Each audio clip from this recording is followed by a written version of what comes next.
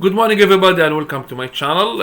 Today we are discussing an opening. We're gonna show you a full course of this opening. It's called King's Indian Attack. Very easy to play, very easy to remember, very hard to break, which is really good for, especially for beginners and intermediate players.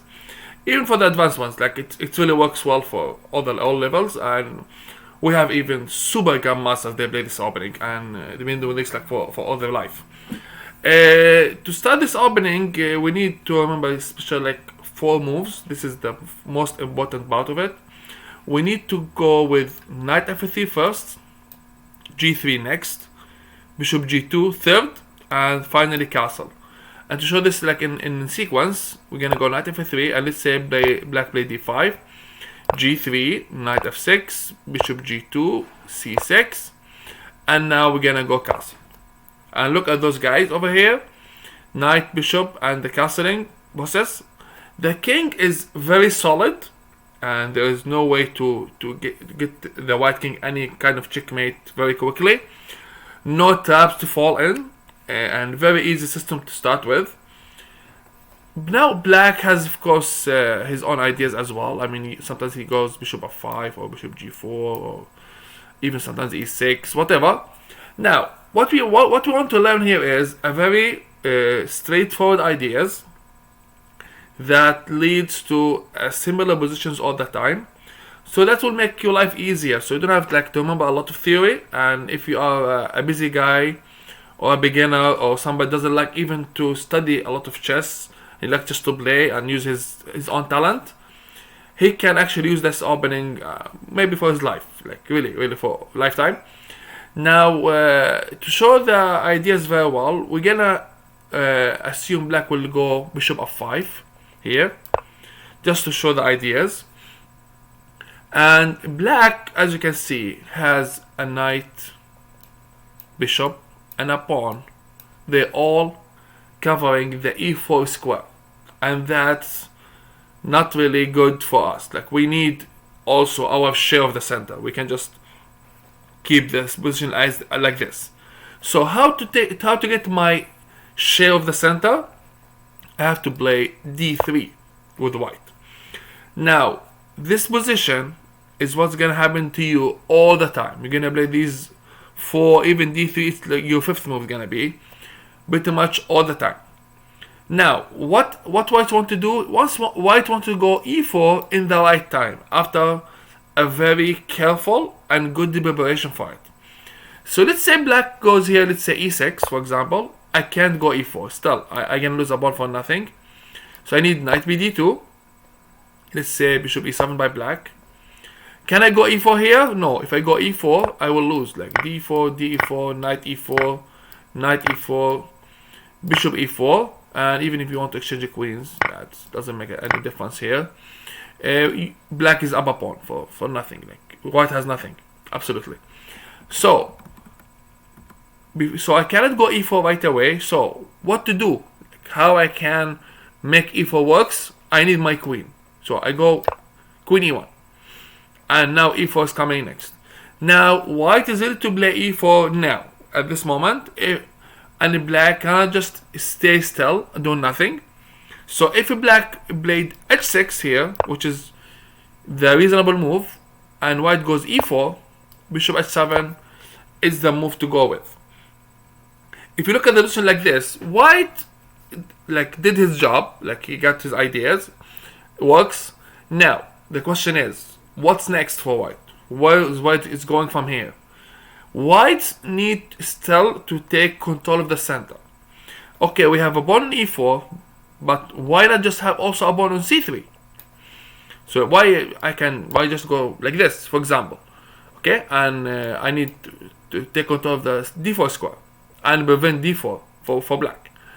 But in this position, black can go this way, d takes, and then queen d3. And in this position, you have a queen, knight, and bishop. They're all attacking the a4 square, and you have only knight and a queen in this position to cover it. And this is not really good for white. So what white should do? Before he goes c3, he should go queen e2 first and cover the d3 square from any exchanges. Now, if a black decide to go castling, which is the most reasonable move here, we go c3. And here you can see that white is playing a very good game. He got his e4, d4, c3 formation. Those squares are very well covered. Those three pawns taking control of the center, and you can see the pawn in e4 taking control of these two squares. The knight take control of this square. The pawn on d3 here and there, and c3 here. So you see white has like he got a lot of control in the center. So black cannot actually, doesn't have a free hand on the center anymore. Okay, after c3, let's say, assuming black, let's say, played, let me decide, for example. Now, what next? What we should do next? You need to remember something very important. You castled early, you developed your pieces, you got control of the center. Now next is your queen side. So the king side is okay. Now the center is okay. What about this guy? This part of the board? We can just keep watching it. We're gonna do something about it. So in this particular case, we need to go with b4 if we can. So here it works. Like it's working out, there's no problem with it. We can use it. Or if you like to go rook b1 first and then b4, that also works, because if you go b4 right away, black can go a5. Now there's nothing wrong with it, like I'm not actually losing, but you need to know what are you doing. You know what I mean? Like this is the way it goes. Of course, you can do something like this. Have this diagonal softened, but if I want to go with b4 right away, I prefer to prepare for it. So I will go first, maybe a3, and next rook b1. Now if black goes a5 right away, I can go actually a4. And this is very important lesson to learn. You can do this kind of things and have control of the b5 square. Or you can go b3. So if black played a4, you can go b4. And again, as you can see here, there's different kind of ideas for white to follow. You don't have to remember them, you just need to understand them. And as you can see here. Now, if a black did something similar to this, let's say assuming a black over here, okay. Okay, I'm gonna go from back. He played bishop f5. I'm gonna show something very interesting here. e6, d3. Now bishop e7, knight bd2, castle, queen e1, c5, or even h6. Let's go with the h6 first. e4, bishop h7, queen e2, c5, c3, knight c6. So we have the knight on c6, which makes b4 right away impossible completely. What to do? Again, remember that a3. We need b4 next.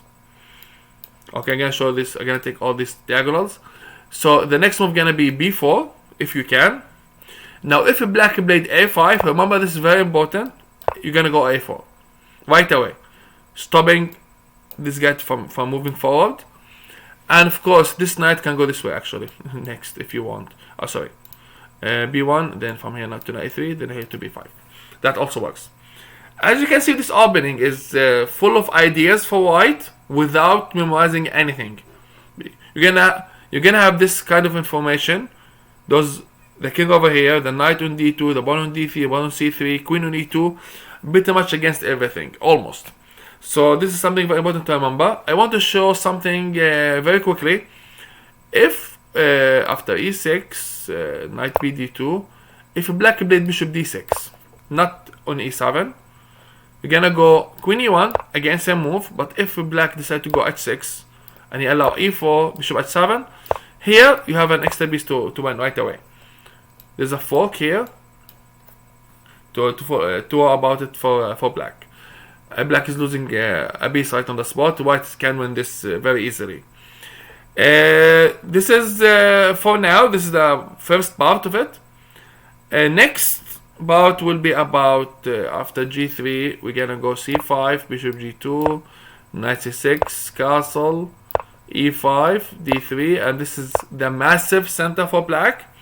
And we're gonna learn how to deal with this, how to break it, what's white ideas against it in the next video of this series. Hope you guys like it. Have a nice day. Bye bye.